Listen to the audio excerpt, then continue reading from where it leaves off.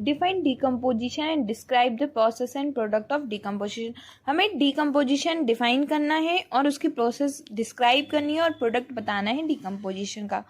ठीक, इसके बाद हम स्टार्ट करते हैं decomposition. Decomposition is the process that involves the breakdown of complex organic matter or biomass from the body of dead plant and animal।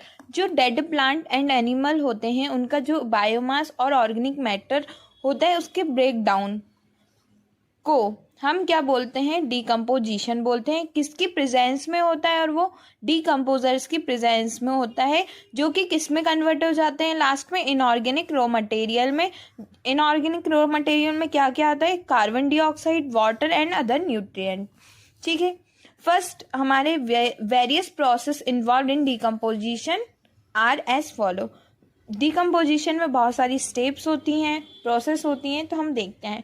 First हमारी आती है फ्रेगमेंटेशन। फ्रेगमेंटेशन प्रोसेस क्या है? It is the first step in the process of decomposition. ये first step है decomposition की।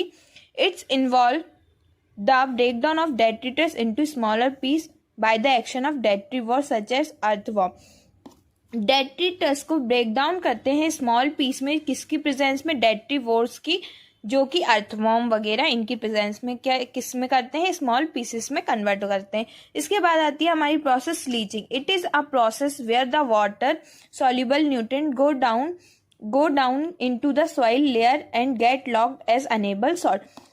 ये process जो है सेकेंड प्रोसेस है। And it is a process where the water soluble nutrient, जो कि वाटर सॉल्युबल न्यूट्रिएंट्स होते हैं, जो कि कहाँ चले जाते हैं? फिर सॉइल की लेयर में चले जाते हैं और ये बाद में क्या प्रोड्यूस कर देते हैं? सॉल्ट प्रोड्यूस कर देते हैं सॉइल में। नेक्स्ट हमारे पॉइंट आता है कैटाबॉलिज्म। कैटाबॉलिज्म क्या होता है? It is a process in which bacteria and fungi degraded detritus through various enzyme into small pieces. Bacteria and fungi जो कि डिग्रेड हो जाते हैं किसकी प्रेजेंस में? एंजाइम्स के प्रेजेंस में। और ये कैसे हो जाते हैं? स्मॉल पीसेस में हो जाते हैं। फिर आती है हमारी ह्यूमिफिकेशन।